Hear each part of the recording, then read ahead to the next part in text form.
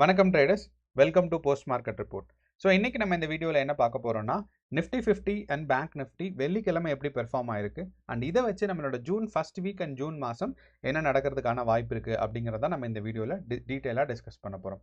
And இதை நம்ம எப்படி பண்ண போகிறோம்னா, எப்பயும் போல் நமக்கு ஃபஸ்ட்டு வந்து ப்ரைஸ் ஆக்ஷனை பார்ப்போம். ஸோ நிஃப்டியோட ப்ரைஸ் ஆக்ஷன் எப்படி இருந்திருக்கு, ஸோ எந்த முக்கியமான ப்ரைஸ் லெவல்ஸில் இருக்குது, அடுத்து மார்க்கெட் மேலே போனால் எவ்வளோ வரைக்கும் போக முடியும் அப்படிங்கிறத டிஸ்கஸ் பண்ணுவோம். ஒன்று. ரெண்டாவது, இதே தான் நம்ம பேங்க் நிஃப்டிலையும் பார்க்க போகிறோம். ஹையஸ்ட் பாயிண்ட் என்ன, இதை தாண்டி மார்க்கெட் எவ்வளோ தூரம் போக போகுதுன்னு. ஓகே, அடுத்து வந்து நம்ம கிஃப்ட் நிஃப்டியில் ஒரு சின்ன அண்டர்ஸ்டாண்டிங் இருக்குது. ஸோ அந்த அண்டர்ஸ்டாண்டிங் ஏன் நேற்று கேப் அப் வந்தும் நமக்கு வந்து மார்க்கெட்டில் கேப் அப் வரல அப்படிங்கிறத நம்ம டிஸ்கஸ் பண்ணுவோம். மூணாவதாக பார்த்தீங்கன்னா நம்மளோட ஓப்பன் இன்ட்ரெஸ்ட் டேட்டா. ஸோ இந்த ஓப்பன் இன்ட்ரெஸ்ட் டேட்டா ரொம்ப முக்கியம். காரணம் என்னென்னா, ஸ்ட்ராங்கான கால் ஆப்ஷன்ஸ் எங்கே இருக்கும் அந்த இடத்துல பார்த்தீங்கன்னா நமக்கு ஸ்ட்ராங்கான ஒரு ரெசிஸ்டன்ஸ் இருக்கும். ஸோ அப்போ இந்த ரெசிஸ்டன்ஸை நம்ம வந்து பார்க்குறதுக்கு தான் நமக்கு ஓப்பன் இன்ட்ரெஸ்ட் டேட்டாஸ் ரொம்ப ரொம்ப முக்கியம். இதான். ஸோ இந்த மூணு விஷயத்தையும் டிஸ்கஸ் பண்ணி நம்ம ஒரு கன்க்ளூஷனுக்கு வருவோம். June first week and June மாதம் மார்க்கெட் எப்படி மூவ்மெண்ட் ஆகிறதுக்கான வாய்ப்புகள் இருக்குங்கிறத. ஓகே, ஸோ நம்ம ஃபஸ்ட்டு சொன்ன மாதிரி நம்மளோட ப்ரைஸ் ஆக்ஷன். ஸோ இப்போ நிஃப்டி 50 பார்த்தீங்கன்னா நேற்று வெள்ளிக்கிழமை ஒரு ஸ்ட்ராங்கான ஒரு கன்சாலிடேஷன் ஃபேஸில் தான் மார்க்கெட் இருந்துச்சு. அதாவது நேற்று மார்க்கெட் ஓப்பன் ஆகும் போதே, நான் 15 மினிட்ஸ் கேண்டில் வச்சுருக்கேன். ஸோ நேற்று மார்க்கெட் ஓப்பன் ஆகும்போதே ஒரு சின்ன ஒரு ஒரு ப்ரைஸ் கரெக்ஷனில் ஓப்பன் ஆச்சு. அதுக்கப்புறம் பார்த்தீங்கன்னா ஒரு ஸ்ட்ராங்கான டவுன்ஃபால். ஸோ மார்க்கெட் இங்கே இந்த இடத்துலேருந்து இங்கேருந்து பார்த்தீங்கன்னா ஒரு ஸ்ட்ராங்கான ஒரு டவுன்ஃபால் வந்துச்சு. ஸோ இதுதான் நேற்று க்ளோசிங் பொசிஷன் அங்கேருந்து இங்கே. ஸோ நான் 3 மினிட்ஸ் வச்சா கொஞ்சம் கிளியராக இருக்கும். Okay, 3 minutes time frame, perfect. Okay, so 3 minutes time ஃப்ரேமில் நமக்கு கிளியராக தெரியுது. ஸோ மார்க்கெட் பார்த்தீங்கன்னா நேற்று இந்த இடத்துல க்ளோஸ் ஆச்சு 24,800 வியாழக்கிழமை எக்ஸ்பைரி டே அன்னைக்கு. அங்கேருந்து ஒரு கேப் டவுன் ஃபார்ம் ஆகி ஒரு சின்ன டவுன் சைட் ரேலி வந்துட்டு அதுக்கப்புறம் ஒரு பியூரான கன்சாலிடேஷன் ஃபேஸ். அப்போது இதுக்கு காரணம் என்ன அப்படின்னா, நம்ம வந்து கிஃப்ட் நிஃப்டி டேட்டாவை ஒரு சின்ன தப்பு பண்ணிட்டோம். காரணம் என்னென்னா, கிஃப்ட் நிஃப்டி டேட்டா வந்து நேற்று வெள்ளிக்கிழமை வந்து கிஃப்ட் நிஃப்டியோட புது கான்ட்ராக்ட் ஸ்விட்ச்னு சொல்லுவாங்க.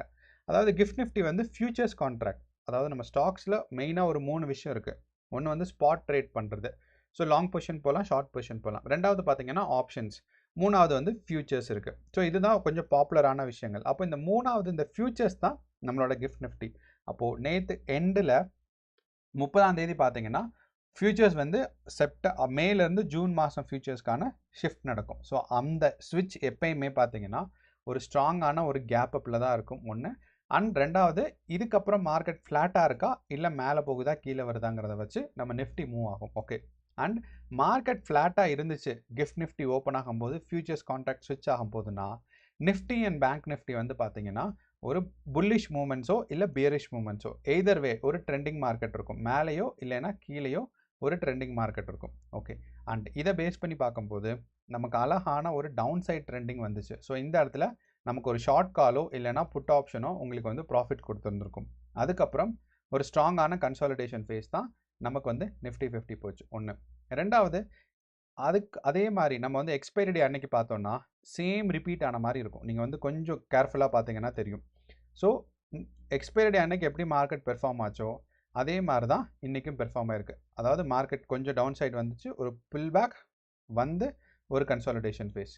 ஓகே, அதே மாதிரி ஒரு டவுன் சைடு ஒரு புல் பேக் கீழே வந்துட்டு மறுபடியும் ஒரு கன்சாலிடேஷன் ஃபேஸ். ஒரே ஒரு வித்தியாசம் என்னென்னா, எக்ஸ்பைரி டே அன்னைக்கு கடைசி நேரத்தில் மார்க்கெட் ஒரு ஸ்ட்ராங்கான ஒரு புல்லிஷ் ரேலி இருந்துச்சு. நேற்று வந்து ஒரு புல்லிஷ் ரேலி இல்லை. இந்த ஒரு விஷயம்.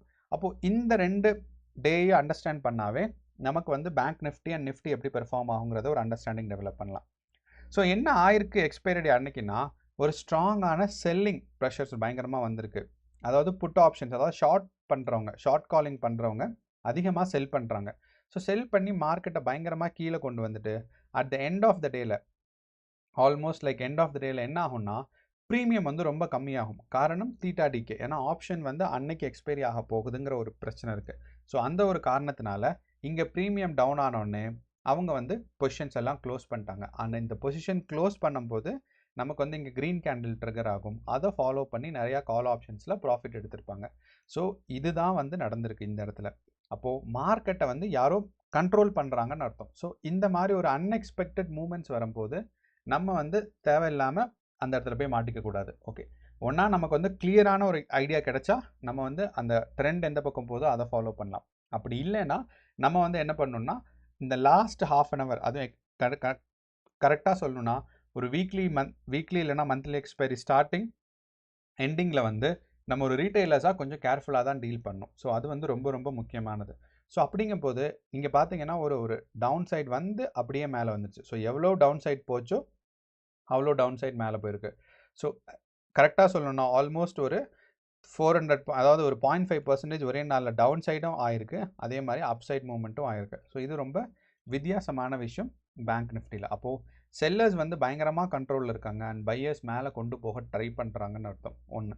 ரெண்டாவது, நிஃப்டி பார்த்தீங்கன்னா நமக்கு வந்து இந்த 24,600ன்னு சொல்லியிருந்தோம். இது வந்து ரொம்ப ஒரு ஸ்ட்ராங்கான ரெசிஸ்டன்ஸ். அந்த 24,600ங்கிறது ஒரு மேலே ஒரு 100 பாயிண்ட்ஸ், கீழே ஒரு 100 பாயிண்ட்ஸ் கூட வச்சுக்கலாம். ஸோ 24,700 24,600 கூட வச்சுக்கலாம். ஸோ இந்த ரேஞ்சில் மார்க்கெட் வந்து ஒரு ஸ்ட்ராங்கான ரெசிஸ்டன்ஸ் இருக்குது. அப்போ இங்கிருந்து மார்க்கெட் கீழே போகிறதுக்கு வாய்ப்புகள் கம்மி. எப்போ வந்து இதை தாண்டி கீழே போகுதோ அப்போ நல்ல டவுன்ஃபால் இருக்கும். ஆனால் அதுக்கான போகிறதுக்கு வாய்ப்பு இல்லை.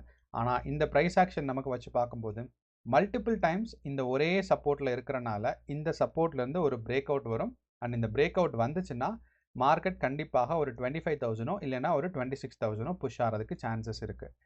இதுதான் நம்மளோட ப்ரைஸ் ஆக்ஷன் அண்ட் வியாழக்கிழமை வெள்ளிக்கிழமை நடந்ததை வச்சு நம்ம பேசும்போது இதுதான் நமக்கு ஒரு அண்டர்ஸ்டாண்டிங்.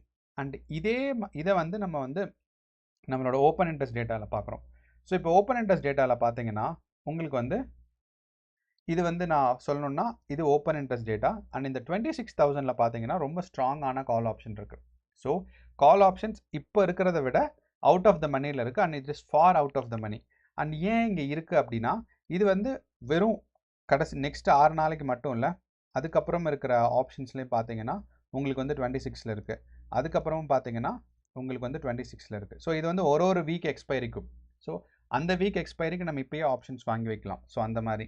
ஸோ அப்படிங்கிறனால தொடர்ந்து ஒரு மாதத்துக்கு 26,000ல் ஒரு ஸ்ட்ராங்கான ஒரு இன்ட்ரெஸ்ட் டெவலப் ஆகிருக்கு. அண்ட் அதுக்கு முன்னாடி இருக்க ரெசிஸ்டன்ஸ் பார்த்தீங்கன்னா 25,500.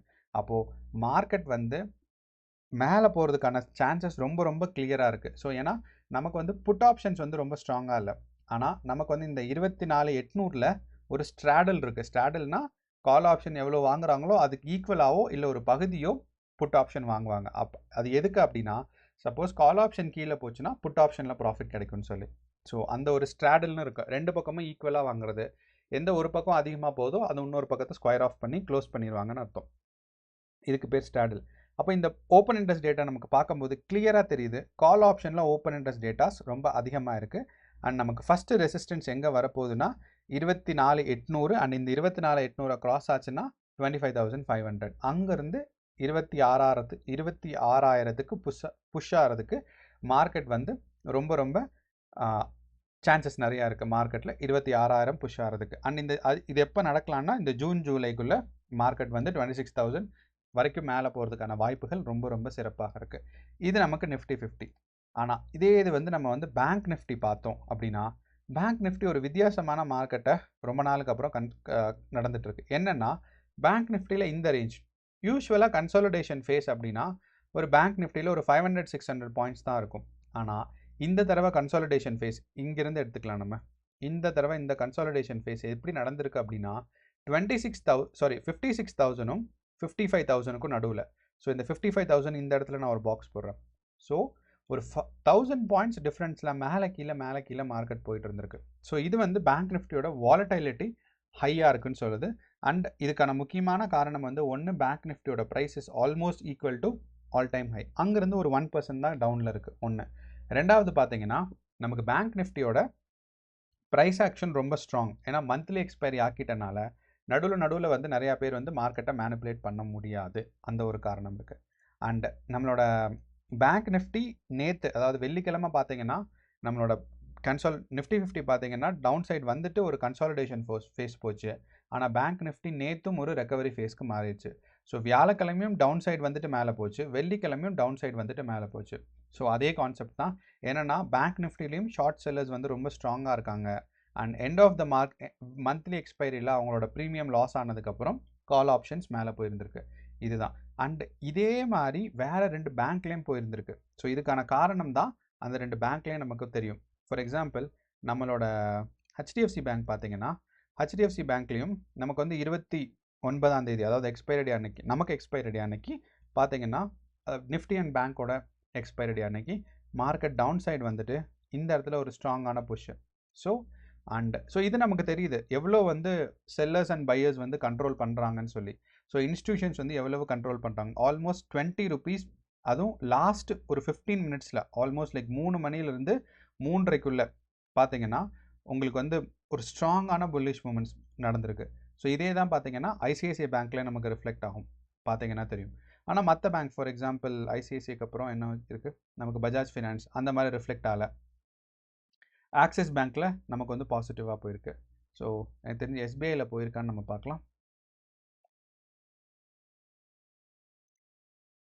ஸோ எஸ்பிஐயில் நமக்கு பார்த்தீங்கன்னா வியாழக்கிழமை ஒரு ஸ்ட்ராங்கான புல்லிஷ் மூமெண்ட்ஸ் போகலை, ஆனால் நமக்கு வெள்ளிக்கிழமை மத்தியானம் போயிருந்திருக்கு. ஸோ நம்ம வந்து அந்த பேங்க் நிஃப்டியில் ஒரு கடைசி 1 hour இந்த புல்லிஷ் மூமெண்ட்ஸை கோரிலேட் பண்ணணும்னா நம்ம எதை வச்சு பண்ணுறோம் அப்படின்னா ஹெச்டிஎஃப்சி அண்ட் நம்ம ஐசிஐசிஐ பேங்க். ஸோ அப்போது ரீட்டைலர்ஸ் மட்டும் இல்லை, பயங்கரமான இன்ஸ்டிடியூஷன்ஸும் நம்ம வந்து பேங்க் நிஃப்டியோட கால் ஆப்ஷன்ஸை கண்ட்ரோல் பண்ணியிருந்திருக்காங்க. அதனால தான் நமக்கு வந்து பார்த்தீங்கன்னா மார்க்கெட் வந்து ஸ்ட்ராங்காக மேலே போயிருந்திருக்கு நம்ம சொல்ல முடியும். ஸோ இதுதான் வந்து முக்கியமான விஷயம். அண்ட் பேங்க் நிஃப்டியோட ப்ரைஸ் லெவல்ஸ் பார்த்தீங்கன்னா 56,000ம் 55,000ம். ஸோ இந்த லெவலுக்குள்ளே தான் அடுத்த மாதமும் இருக்க போகுது. அண்ட் இந்த 56,000 பிரேக் பண்ணுறதுக்கான பேங்க் நிஃப்டியோட வாய்ப்பு கம்மி. ஏன் அப்படின்னு சொல்கிறேன்னா இந்த இடத்துல நீங்கள் பார்த்தீங்கன்னா பேங்க் நிஃப்டியோட கால் ஆப்ஷன் 56,000ல் ரொம்ப ரொம்ப ஸ்ட்ராங்காக இருக்குது. அப்போ எப்போது இந்த 56,000ல் ரொம்ப கால் ஆப்ஷன் ஸ்ட்ராங்காக இருக்கோ அப்போ வந்து பார்த்தீங்கன்னா நமக்கு வந்து பயங்கரமான ரெசிஸ்டன்ஸ் பில்டப் ஆயிருக்குன்னு அர்த்தம். அந்த ஒரு காரணத்தினால பேங்க் நிஃப்டி க்ரோ ஆனாலும் 56,000க்கு அப்புறம் ஒரு டவுன் சைட் மூவ்மெண்ட்ஸ் இருக்கும்.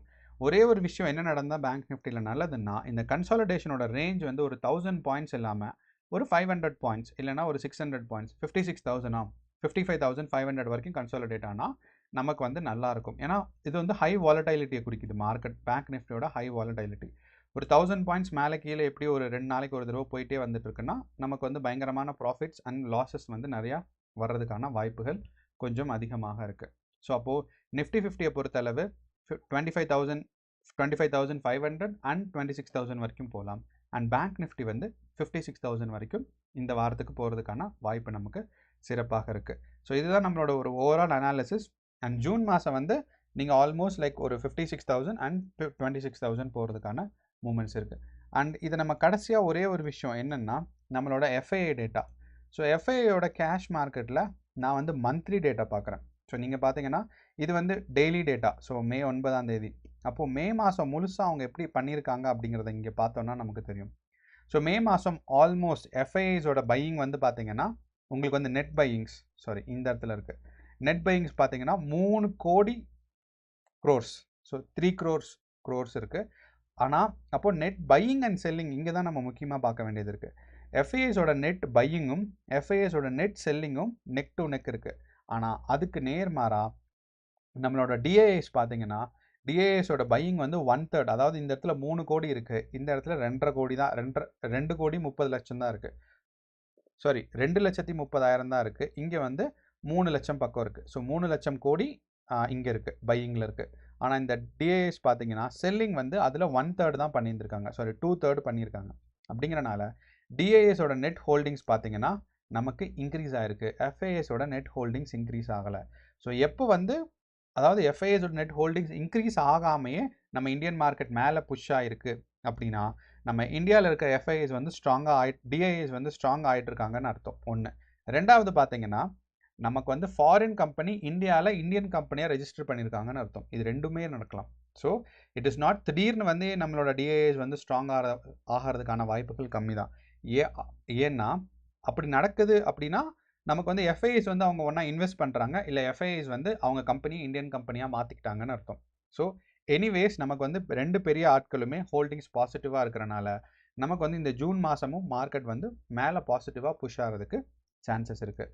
அண்ட் நம்மளோட ட்ரம்ப் வந்து கொஞ்சம் சின்ன சின்ன வேலைகள் பண்ணிகிட்டு இருக்காரு. ஸோ அதனால நம்மளோட யூஎஸ் மார்க்கெட் பார்த்திங்கன்னா கொஞ்சம் சரிவில் இருக்குதான். So US market S&P 500 index இது இல்லைன்னு நினைக்கிறேன். ஓகே. ஸோ யூஎஸ் மார்க்கெட் பார்த்தீங்கன்னா ஒரு சின்ன சரிவில் இருக்குது. காரணம் அந்த ட்ரம்ப் டேரிஃபை வந்து கோர்ட் வந்து ஸ்டாப் பண்ணிட்டாங்க. ஸோ அந்த ஒரு காரணத்தினால யூஎஸ் மார்க்கெட்ஸ் கொஞ்சம் பாசிட்டிவாக இருக்குது. ஸோ நம்ம இந்தியன் மார்க்கெட்ஸும் பாசிட்டிவாக ஆகிறதுக்கு வாய்ப்புகள் இருக்குது. அண்ட் ஜூன் மாதம் அவுட் ஆஃப் த மணியில் பொசிஷன்ஸ் எடுக்கலாம். அண்ட் வீக்லி இல்லாமல் மந்த்லி எக்ஸ்பைரி எடுத்திங்கன்னா ரொம்ப நல்லாயிருக்கும். அண்ட் இதுதான் நம்மளோட ஒரு ஃபுல் அனாலிசிஸ். உங்களுக்கு ஏதாவது டவுட்ஸ் அண்ட் சந்தேகம் இருக்குது அப்படின்னா கமெண்ட் பாக்ஸில் போடுங்க, நான் ரிப்ளை பண்ணுறேன்.